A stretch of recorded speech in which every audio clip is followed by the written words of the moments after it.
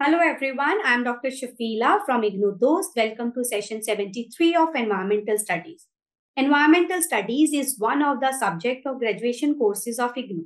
The exam pattern for this paper is objective, and the video sessions that we are uploading on official YouTube channel of IGNOU Dost will help in cracking those objective questions. So to get daily updates, subscribe our channel and click on the notification button. So let's start with the first question of session 73, that is provisioning services of plants increases fodder yield.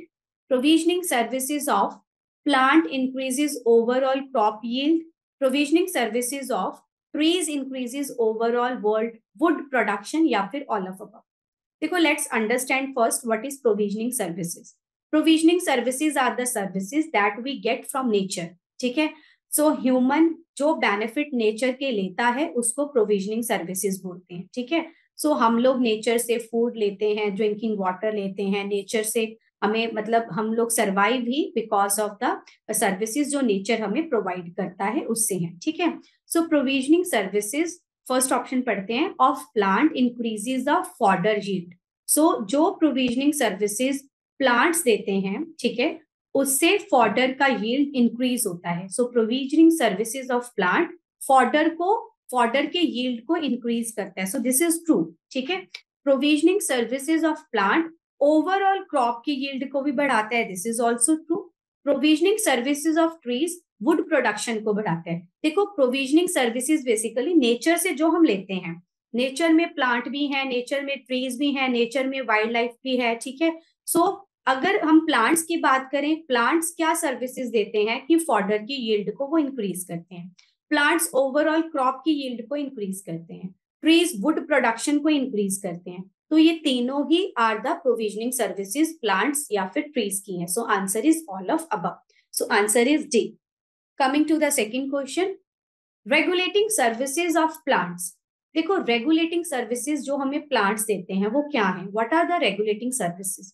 आपका जो देखो, natural बड़े phenomenas है. Natural phenomena like pollination is a natural phenomena. ठीक है, या फिर हम कह लो कि आपका water purification is also natural phenomena. ठीक है, बट जो आपके नेचुरल फिनोमिना है उनको मॉडरेट इकोसिस्टम करता है. अगर आपका इकोसिस्टम बैलेंस्ड है तो वो नेचुरल फिनोमिना आपके मॉडरेट रहेंगे. ठीक है, सो रेगुलेटिंग सर्विसेज मतलब moderating the natural phenomena basically. ठीक है, आपके इकोसिस्टम में प्लांट्स भी हैं, ऑर्गेनिजम्स भी हैं. ठीक है, वो बेसिकली अगर डाइवर्सिटी ज्यादा है तो आपका जो नेचुरल फिनोमिना है वो मॉडरेट रहेंगे, वो बैलेंस्ड रहेंगे. ठीक है, so ecosystem plays an important role in moderating the आपका नेचुरल फिनोमिना. उसको हम रेगुलेटिंग सर्विसेज बोलते हैं.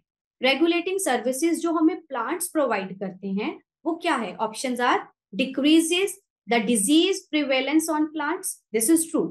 ठीक है, अगर आपके प्लांट्स जो हैं उनकी तरफ से रेगुलेटिंग सर्विसेज क्या है ऑफ प्लांट की, कि प्लांट्स के ऊपर जो डिजीजेज हैं उनकी प्रिवेलेंस को डिक्रीज करना. ठीक है, so this is true.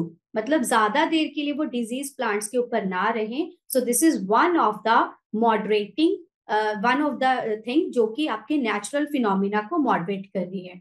So plants के ऊपर डिजीज आना इज अ नेचुरल फिनोमिना. ठीक है, रेगुलेटिंग सर्विसेज इकोसिस्टम या आपके कैसे हेल्प करते हैं?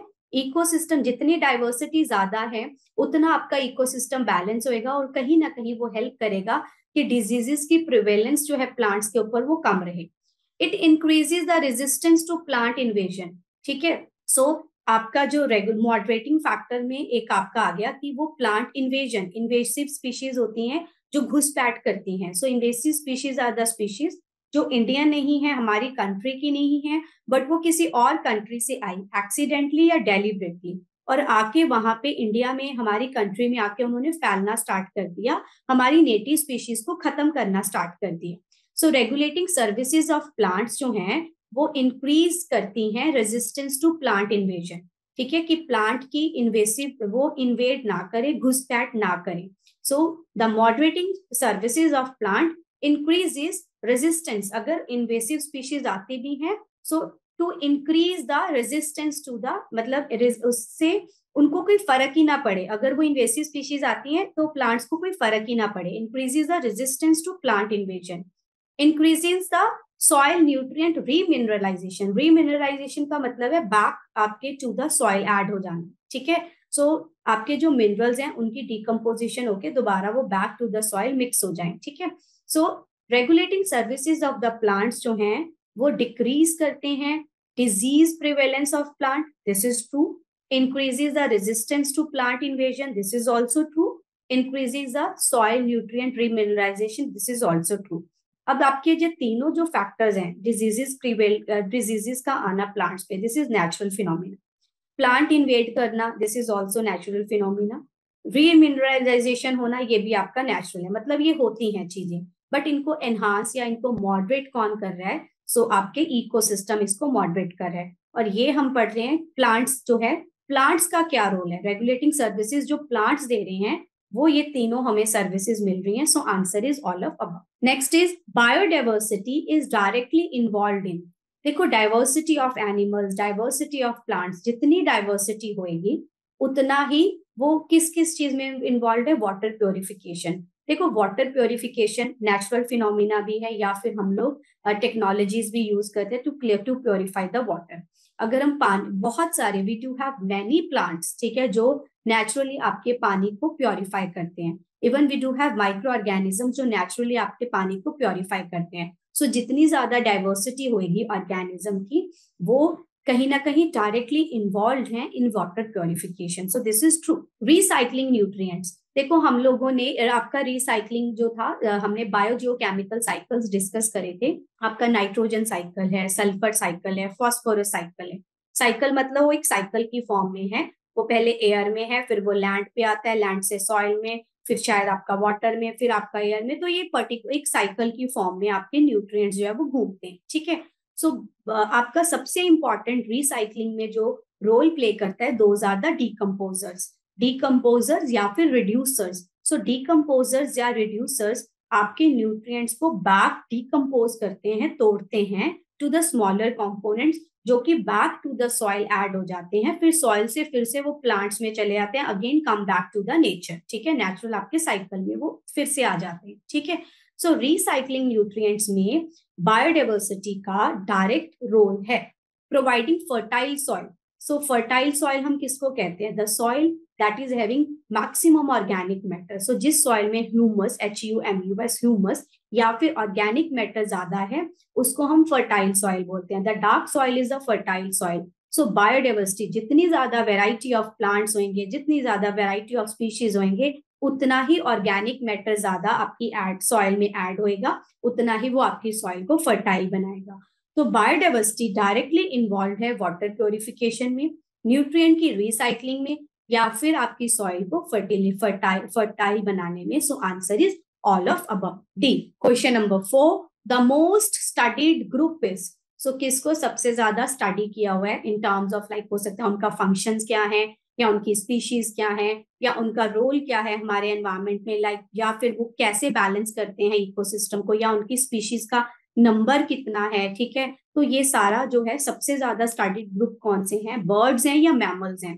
देखो दोनों हैं, ठीक है, बोथ ए एंड बी जो है they are maximum most studied group, ठीक है। रादर देन फिशेस, बर्ड्स और मैमल्स को पे ज्यादा हम लोगों की स्टडी हुई है। So this is as such you have to remember, answer is C. So last question of the session is the species which occupy new territory. ऐसी स्पीशीज जो नई टेरिटरी पे आ जाती हैं, often supplanting the native species. मतलब हमेशा normally usually वो जो नेटिव स्पीशीज हैं उनको ओवर पार करती हैं बाय ऑक्यूपाइंग देयर निच। उनके घर की, उनके रोल की जगह पे वो खुद अपना रोल प्ले करना स्टार्ट कर देती हैं। ऐसी स्पीशीज को हम क्या कहते हैं? Options are invasive species, extinct species, endangered species, exotic species. देखो एक्सोटिक मतलब एलियन स्पीशीज, ठीक है। Endangered means the species which are on verge of critically endangered, मतलब एंडेंजर्ड स्पीशीज जो खत्म होने वाली हैं बेसिकली। एक्सटिंक्ट स्पीशीज जो the species which are already disappeared from earth, जो अर्थ पे है ही नहीं है। Invasive species, invasive species are the species which are non native, जो उस पर्टिकुलर कंट्री को बिलोंग नहीं करती, but they do enter into that particular area or that particular country either accidentally or deliberately, या वो accidentally आती है या intentionally कोई उसको लेके आता है. And what those species do, they try to overpower the native species, और वहां के जो नेटिव स्पीशीज है उनको मारना शुरू कर देती हैं और खुद वहां पे फैल जाती हैं. सो दैट इज इन्वेसिव स्पीशीज, ठीक है, या इन्वेजन. सो हमारे पास ऐसी बहुत सारी स्पीशीज हैं प्लांट्स की, इवन एनिमल्स की या माइक्रो ऑर्गेनिजम्स की, जो इंडियन नहीं है, बट वो हमारी कंट्री में आके हमारी स्पीशीज को खत्म करना उन्होंने स्टार्ट कर दिया. हमारी स्पीशीज के साथ वो compete करती हैं फॉर द रिसोर्सेज, जिसके कारण हमारी स्पीशीज धीरे धीरे खत्म हो रही हैं. So one of the most common question that is asked in the exam is, आपको एक प्लांट का नाम बताना है जो इन्वेसिव है. So that is parthenium. Parthenium जो प्लांट है उसके बहुत छोटे छोटे व्हाइट कलर के फ्लावर्स होते हैं. This plant is very common in agricultural field as well. ये प्लांट बहुत हार्श कंडीशंस को सस्टेन कर सकते हैं. इसको पानी की या इसको सन या धूप या इसको मतलब इसको कोई फर्क नहीं पड़ता इस प्लांट को. एंड इस प्लांट का सबसे बुरा पार्ट क्या है, लाइक आप जब इसको मैनुअली हाथों से जब इसको अपरूट करने की ट्राई करते हो तो आपको स्किन एलर्जी होती है. सो पार्थेनियम को कांग्रेस ग्रास भी बोलते हैं, and it is invasive species in India and yes in many other countries also, but it is native of America. So हमारी कंट्री में ये आया था 1950s में during green revolution, when we import wheat from America. So वहां से accidentally ये आया, बट उसके बाद धीरे धीरे इसने फैलना स्टार्ट कर दिया. क्यों फैलना स्टार्ट कर दिया? क्योंकि इसके पास एक ऐसी प्रॉपर्टी है कि ये टॉक्सिक केमिकल सिक्रीट करता है. सो क्योंकि ये टॉक्सिक केमिकल सिक्रीट करता है, इसके आसपास की सॉइल टॉक्सिक हो जाती है, तो कोई और प्लांट उस जगह पे ग्रो नहीं कर पाता, तो इसी की स्पीशी ही वहां पे ग्रो करती है. So that is the reason कि ये फैल रहा है और हमारी नेटिव स्पीशीज को ये खत्म कर रहे हैं. And this plant is unpalatable, मतलब इसको जो आपके एनिमल्स है वो खा भी नहीं पाते. इस वजह से दिस इज इन्वेसिव स्पीशीज, ठीक है. सो ऐसी स्पीशीज जो नई टेरिटरी, जो न्यू टेरिटरी को ऑक्युपाई कर लेती हैं, नेटिव स्पीशीज को ओवरपावर करती हैं बाय ऑक्युपाइंग देयर निच, उन स्पीशीज को हम क्या कहते हैं? Invasive species. So this was the last question of the session. So learners, those who are doing either PG or UG degree from IGNOU Dost is there to help you out. We at IGNOU Dost are providing live and recorded classes. We are giving value-added notes to our learners, and we are also helping you for your exam through Exampedia. In IGNOU Dost, a continuous support from professional mentors is there, who will be helping you in completing and submitting your assignments for your career development, for skilling your personal and social development also. So you can reach us out on the number 7594939297 via call or WhatsApp. You can also visit the official website of IGNOU Dost. Thank you. See you in the next session.